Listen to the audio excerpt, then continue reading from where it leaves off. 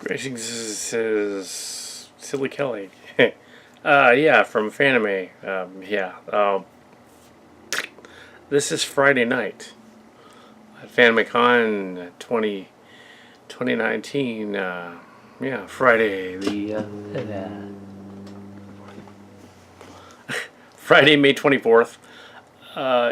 So a lot of what you're going to see is actually footage from inside the con because it's Friday and they didn't have as much music playing in the background. So you're going to see some of that.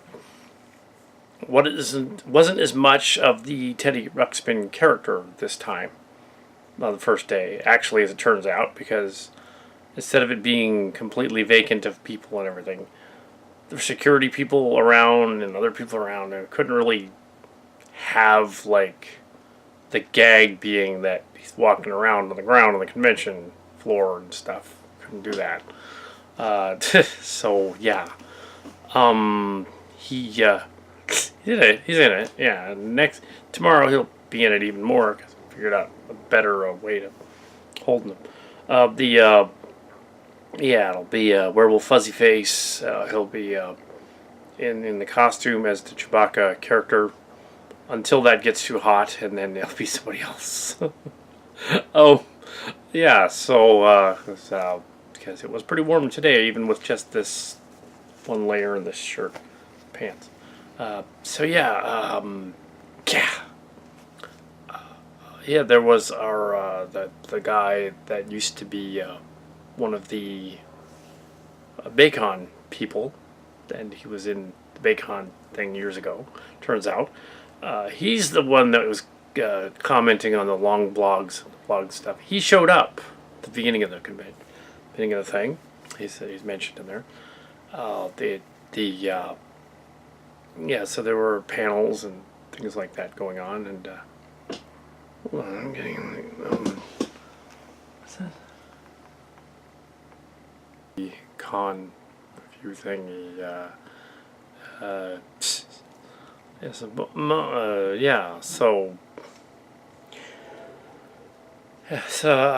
Things. There were some panels and things that happened later on.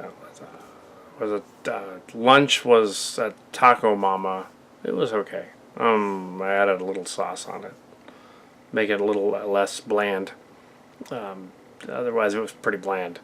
They're not La Vix, even though it could have gone to La Vix. I didn't. I didn't want backyard yet. Maybe tomorrow. In honor of the Richardses that are gonna move. About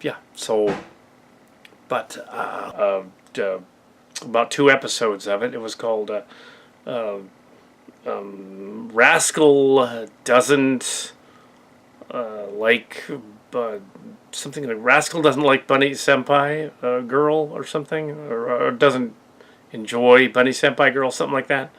And in it, the protagonist is kind of a rascal. He's basically a little misogynistic.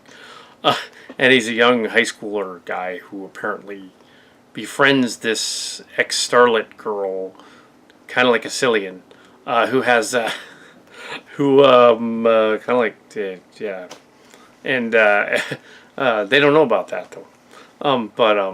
And she has the power to become invisible, apparently, and she doesn't intend to. It's just that because she's no longer famous, it's literally making her disappear from reality. The kid in the story has a sister who has adolescent syndrome, and I guess she does too.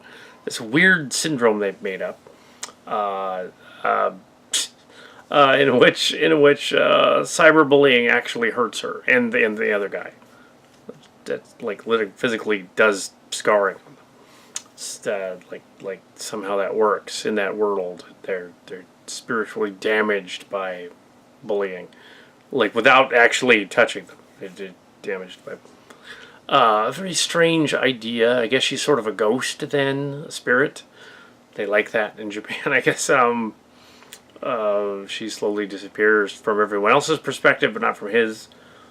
then one of her friends explained, one of the guy's friends from the science class explains the story of Schradenholder's cat, which is the theory that Schrodinger's cat. That's it. There's this. It's not a real thing. It's a scientific reality theory thing about a cat placed in a box, and they actually do it wrong in the thing. They actually said, "Oh, there's poison in there, or there's waste in there, nuclear fallout, but there should get out." Actually, no, it's not. It's either there's poison in the box, or there's a means to get out in the box. So does the cat live, or does it die from the poison? Not in the manga. They mess this up because they say, "Oh, it's a gas that's coming out and it would immediately kill it," or it's nuclear waste that would also kill it. No, that's not how it goes. It's either there's a poison that it eats in the story, or it's a physics thing, or it or it can escape. It's got a hammer or some other tool to pry open the lid and get out. So yeah, which if it had thumbs, it could do that. Actually, try putting a cat in a box with a lid on it. The cat's going to escape. Anyways, when I first heard the physics story years ago in my 20s in science class, I was like, well, I have a third option. Cat doesn't do either of those things. He just pushes the box lid open and escapes. Needless to say, the science teacher wasn't too pleased about the third option. If it was accurate.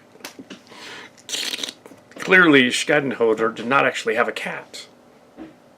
Yeah. Probably would have worked better with a dog. It's a made-up thing that they do in physics. Anyway, so then there was... I don't want to ramble too much about the con stuff. Then there was... Well, the dealer's room opened and all that. Then there was a Macross panel. There's a panel on Super Dimension Fortress Macross by some of the people, experts on Macross. I don't know if they actually were from it. One of them was a voice actor on Macross Plus, which was kind of cool. There was, or at least he was in attendance. I guess the American dub would be more correct. Yeah, they said Macross 2 isn't canon and because it was a different studio, and Robotech is the unmentionable thing they can't mention. And there were two things that were differentiated in there. I think I mentioned on the video that there are two things in there. There is the one thing is that the one thing is that the Zentradi and the Meltrandi warriors in the original Macross aren't warring with each other because their gender sides are on either side. It's not man and woman. They're just warring with each other to war with each other. And although Super Dimension Macross, the movie, makes it sound like they're split by gender lines to go to war with each other, they're really not. It isn't that. That's not what freaks them out. It's the protoculture, the idea of previous culture thing that throws them off. That they would ever be together is what throws them off. So the kiss thing, all that. They had to make it more blunt in the movie so that you get what's going on. I understand why they changed that a little. And apparently there have been movie versions of the OVA and Macross Zero, which I haven't seen. There's Macross 7. They discussed Macross 7 for some time. They liked it. That was the banned one. I tried to do English dub of that, and was not able to. Of the first episode. Yeah, I'll leave that to other people. It was really impossible. But I do own that because that was from AD Video, and it was actually official, at least probably semi-official third party, and it was on 7 DVDs, and it was all not copy protected, so you could make copies. But I'm not going to. I'm not going to make any copies. I'm not going to sell any.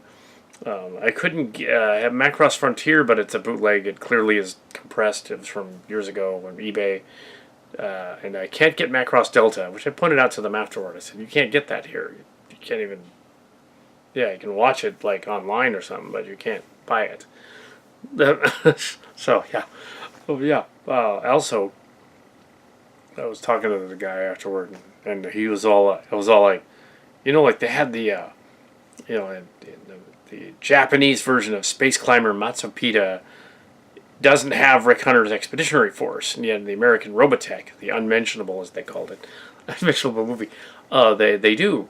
They added the lines Rick Hunter in there, even though they're not there in the Japanese, because they have the Japanese one as well, of Robotech, Macross, the 3 Macross series. I have Macross, Space Climber, Macross, I have Southern Cross, and Space Climber Matsupita.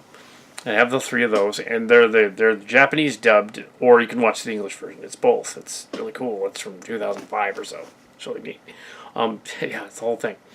So I have both of them. So yeah, I've often mentioned them on my when I was doing my Robotech fan films that it was with people. Yeah, apparently they one of them saw that fan film actually. Like, oh, that fan film guy. Apparently, one of those is One of those actually has thousands of about 1,000 views. One of the circle fan film things. I think it's the 65-minute one. He'd actually seen it. He was all like, "Oh yeah, you're the guy. Cool." That was neat. Yeah. So somebody has seen one of my videos. But that's the Unmentionable show. So yeah. But you fixed it so that it was canon.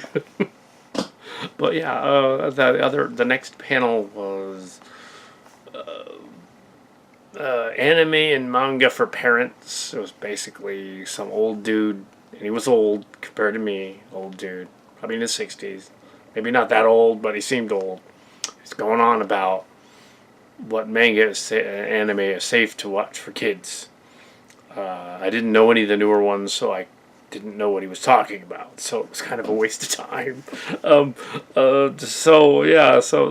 He did mention Sailor Moon, but that's fine. The American version of that is completely sanitized, so there's nothing in it. The Studio Ghibli stuff is fine for kids.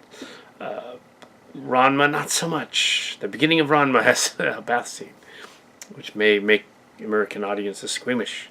But yeah, some of the other ones, I think it was Ranma. Might not be. Don't quote me on that. One of those, yeah. Actually, there's a bathhouse scene in Spirited Away as well. They don't think anything of having, like... And really, really, going into a hot tub sauna thing and sitting in it is not really considered offensive. Like, why would it be? They're just in a sauna, so what? They had clothes. They didn't show anything. Come on. But yeah, but apparently they're squeamish over here. So, when he mentioned that and when they brought the Sailor Moon to America, apparently a guy knew Carl Macek, and he's the late Carl Macek, who died a couple of years ago. I did in the circle dedicated Carl Macek. 2016 or so. But yeah, fixed the thing that he added with the Rick Hunter. But yeah,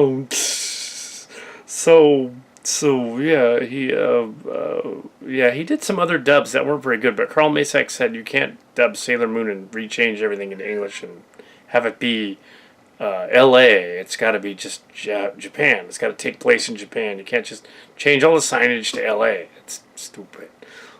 Macek said that. That's interesting. I wouldn't. I think he would have tried to change it actually, but he didn't. The American dub is still the American dub. So the next panel was Beyond Cosplay's Consent or something like that.